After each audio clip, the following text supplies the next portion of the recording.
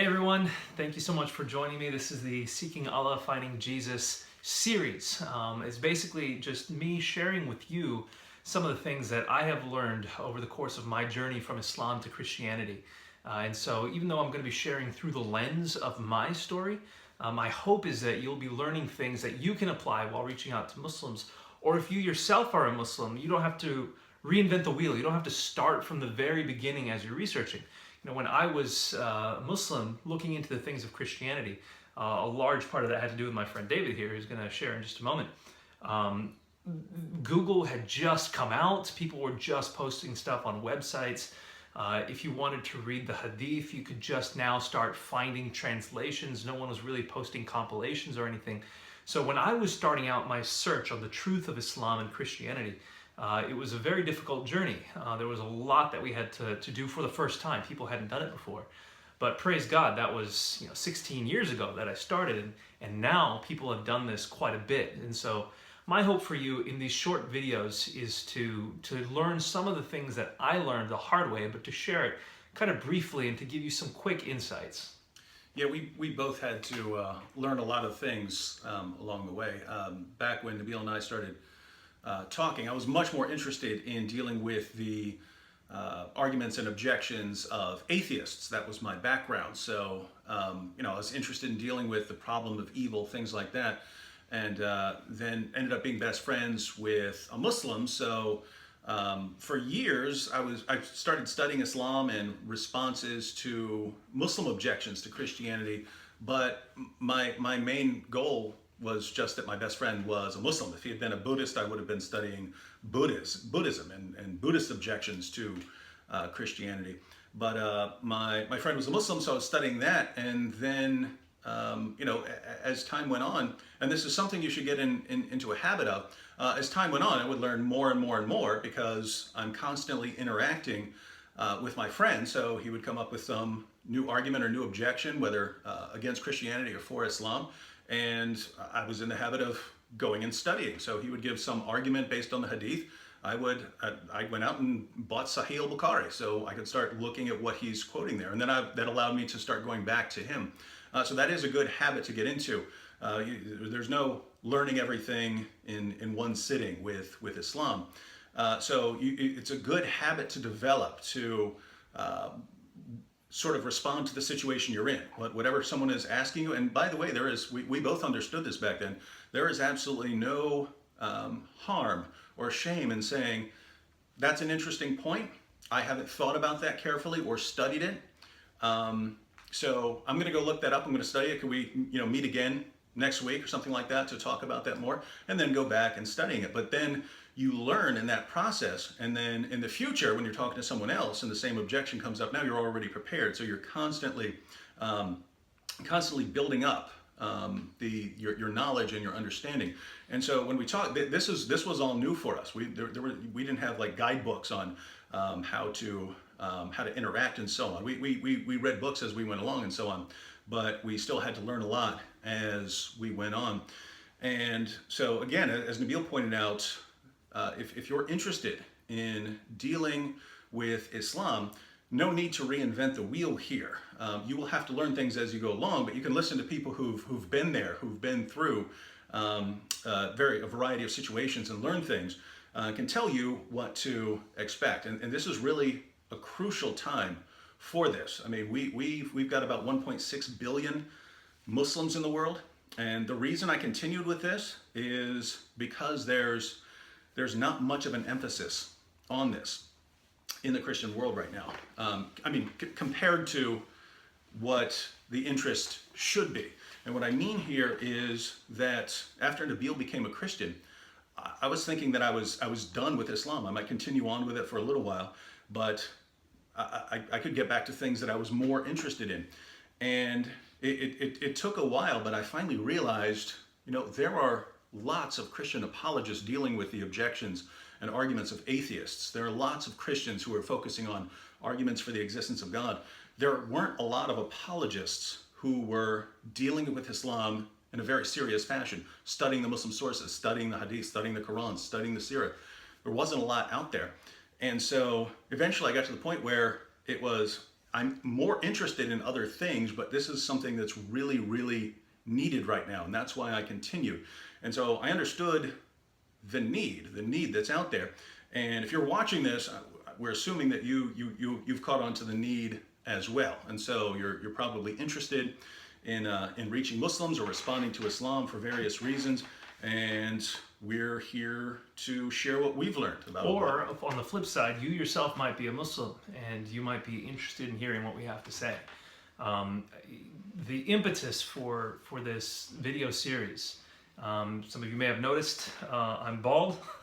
I was diagnosed with cancer last August, and I haven't been able to travel and teach the way I have in past years. And so what I did was I asked people if they wanted me to teach online, and a lot of people have said that they want me to teach online and they want to support me in my ministry through online teaching.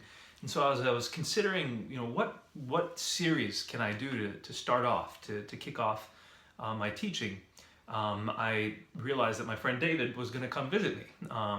And for those of you who don't know, I was a devout Muslim. I was raised in a devout Muslim home.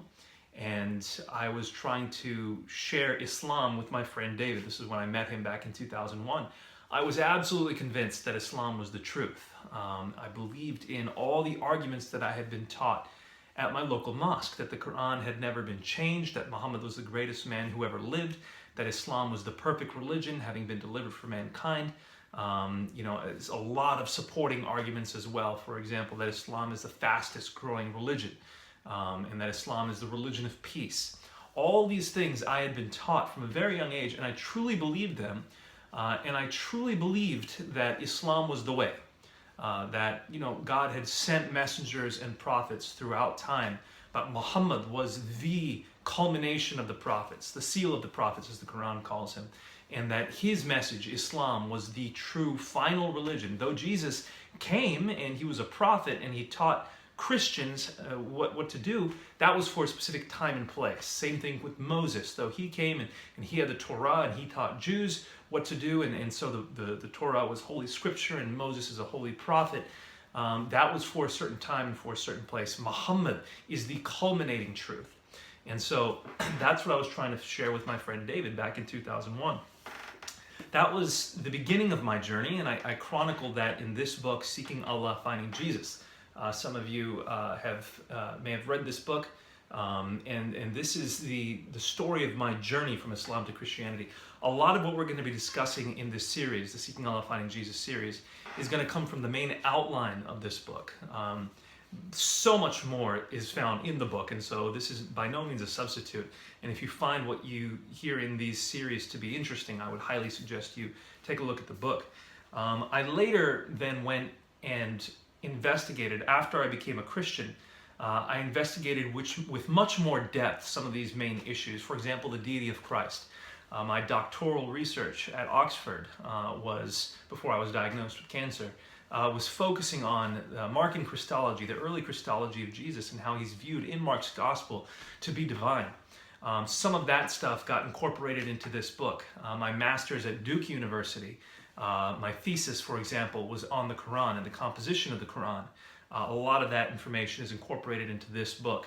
So if you're interested in the facts and the argumentation and the evidence that made me go from Islam to Christianity, and that I've studied since then, I became a Christian in 2005.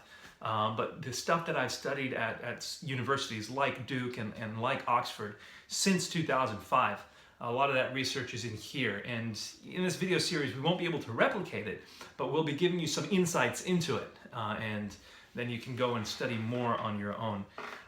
So that was one impetus for doing this video series. But the other impetus for doing this video series is over the last, I'd say, 3 days, I've received about 200 messages on Twitter from Muslims criticizing my pinned tweet. If you're on Twitter, you know that you can pin a tweet to the top, and that's the tweet that everyone will see when they come to your page. Well, my pinned tweet said, "I left Islam because I studied Muhammad's life, and I accepted the gospel because I studied Jesus' life."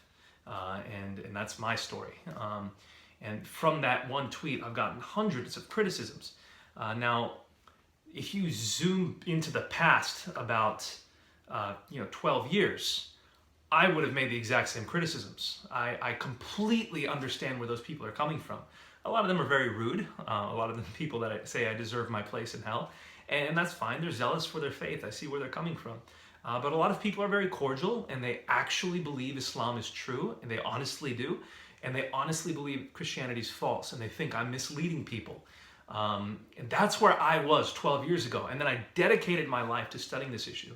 I was in medical school. I actually graduated medical school and became a physician. And I was looking at, do I continue on this path as a physician, make a good amount of money, have a respectable degree and a respectable career path, or do I give that up to go into ministry, where honestly, my first year as a minister, I made within the four figures. I didn't even break the 5-figure range with medical school debts, which were in the 6-figure range. Am I willing to sacrifice all that much? And my conclusion was absolutely. Given what I've learned about Islam and Christianity, how zealous I was for Islam in the past, and now after tons of research, this is what I learned. People need to know it. And that remains true now, 12 years later, after I've become a Christian. People, even today, desperately need to know this information that I want to share. And so it's not just, hey, this is a video series that you can reach out to your Muslim friends with. If you are a Muslim and you honestly want to hear why people are leaving Islam and becoming Christians, here's the reasons why. I hope to share that with you. And I'm absolutely honored to do that with my friend David, who reached me with the gospel back in 2001. I was trying to convert him to Islam, and he said, no, I was an atheist and I became a Christian based on the evidence. Let me share that evidence with you. We went back and forth for years, and ultimately I came to the realization that the evidence for Christianity, the evidence is far more solid than the evidence for Islam. In fact, it's more solid than any other worldview. And that's how I ultimately became a Christian. So David had an integral role to play in that. And so we'll be sharing some stories, hopefully in this video series, and he'll be sharing his insights as well. Do you have anything to add, or should we close it out? Nope, just to know, coming up, we've got insights about learning what you want to do. If you're a Christian, you want to reach out to Muslims, there are lots of different ways to do that. We'll be talking about that. There are different kinds of Muslims, so you want to think about who you want to reach. There are different ways you can do it, whether it's social media or interpersonal communication. And there's what you need to know, the information that you need to know about Christianity and about Islam. We'll have everything you need. All right, guys. So thank you very much. Looking forward to sharing the rest of this series with you. Next, we're going to move on to different approaches of reaching out to Muslims and different ways of doing ministry.